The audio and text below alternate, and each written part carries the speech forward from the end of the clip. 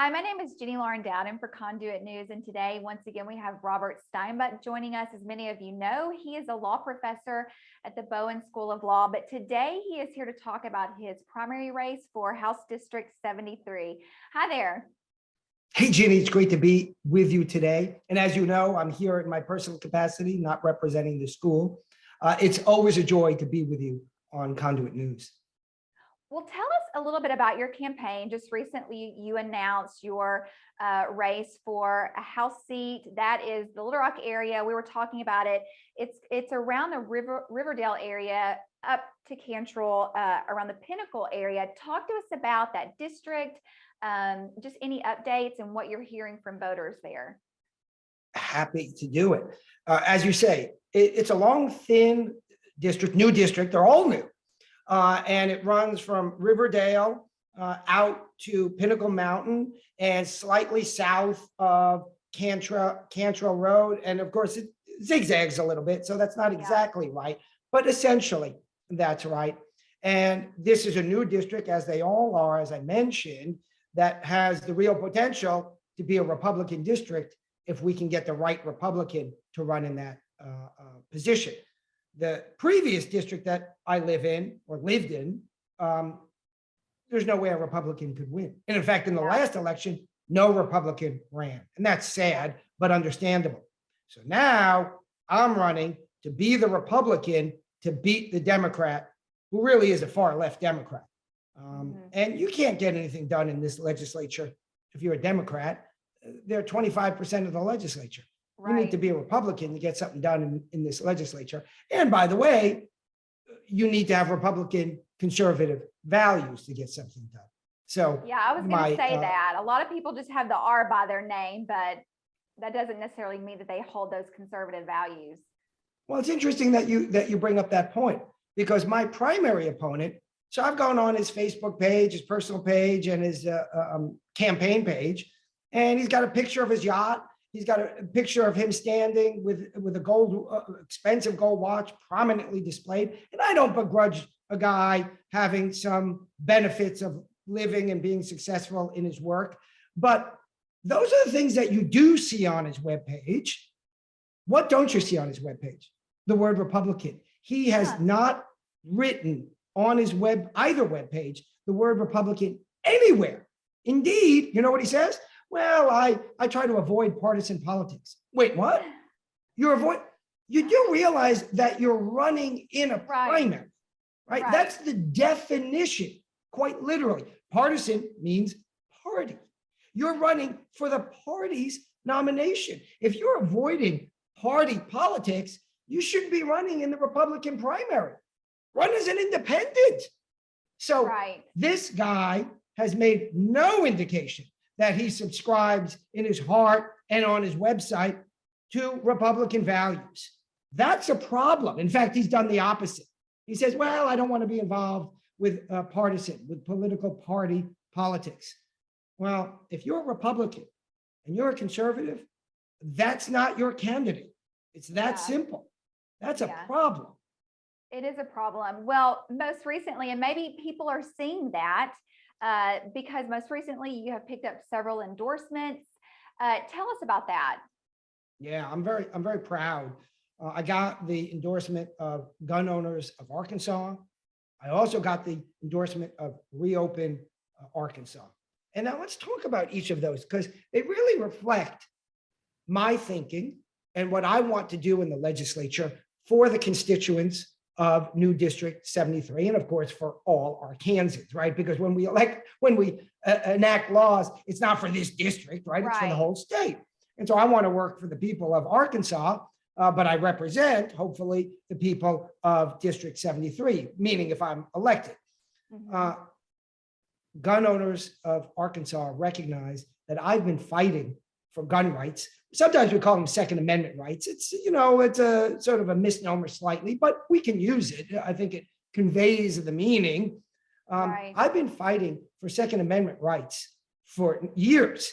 And I personally have filed, as an attorney, 3 lawsuits on behalf of my client to enforce gun rights that leftist cities, leftist counties, and the state Fish and Game has rebuffed, meaning the laws on the books today allow for gun carrying at certain environments in those governmental agencies. And in each instance, they have refused.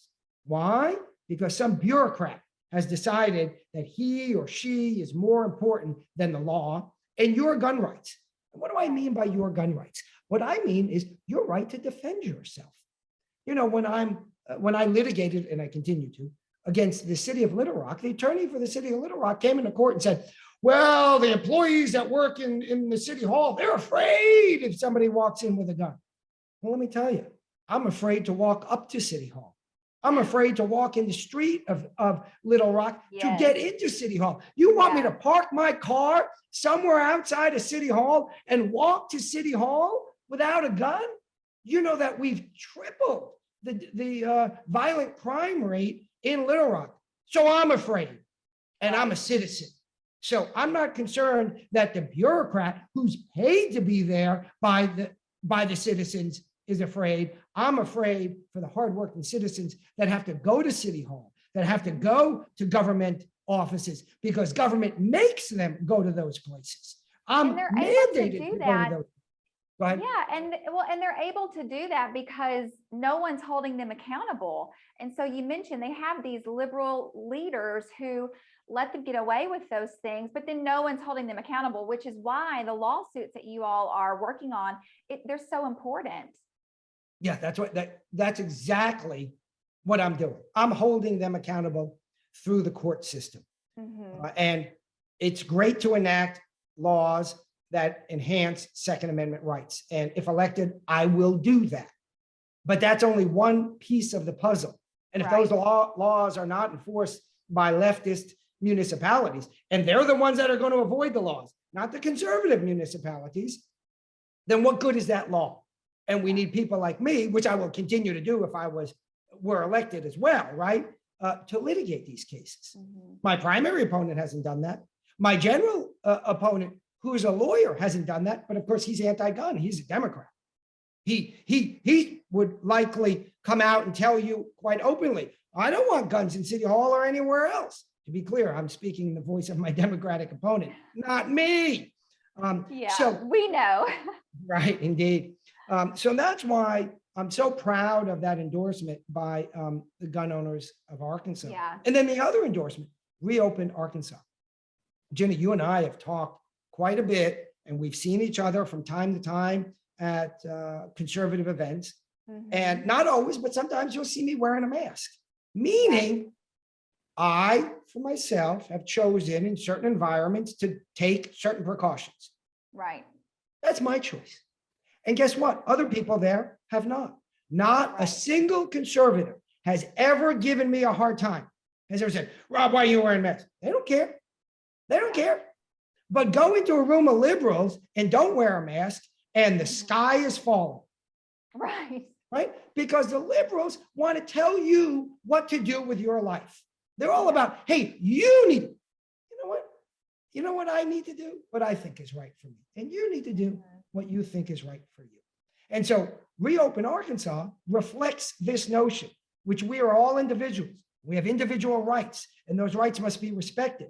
And some local bureau hack in City Hall or a leftist judge in Little Rock can't tell you that you must wear a mask everywhere. That's not freedom. You must wear a diaper on your face everywhere you go. And like I said, I wear a mask in some circumstances, and I've been vaccinated because I chose to be. And if you don't want to be vaccinated, don't get vaccinated. That's up to you. Having the support of several organizations, these organizations are comprised of passionate people who are working on, at the grassroots level in their local community. What do you say about that, and how you think that will play into the primary race? Yeah, well, that's the battle in this primary. My opponent works for big pharma, big pharmaceutical. He's the money guy. So he's going to get some big donations from folks that he knows. I'm not getting big donations. I'm getting little donations, and I need more, but we'll do with what we get. Right. So the battle is, do you want the money guy to win, who's there, who hasn't stated conservative values, who hasn't written the word Republican anywhere on his websites at all? Or do you want the guy who's committed to these conservative values? And so I'm hoping and I'm working for the outcome that these committed conservatives that are backing me and those like-minded individuals show up during the primary and then show up again during the general election to vote for me. Because the only way we're going to make this legislature a truly conservative legislature is by getting out and voting. And the difficulty is that people, including me, say, well, it's difficult sometimes to go vote. I get it now, but I do it, but I go and vote. So my point simply is, I recognize that we all have busy lives and it can be hard to go out and vote, but I do it.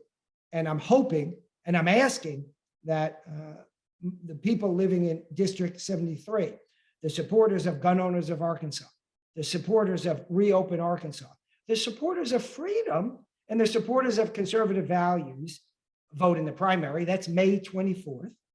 And then in the general in November. And of course, please check out my website, which is www.Steinbuch for Arkansas. I'll spell it out. Steinbuch is the German spelling, STEINBUCH for FOR, Arkansas.com. And the same thing on Facebook, it's at Steinbuch for Arkansas. Well, we always appreciate having you on. Keep us updated on your campaign, and we just look forward to it. Thank you, Robert. Thanks so much, Jenny. Great to be with you. See you soon. Okay.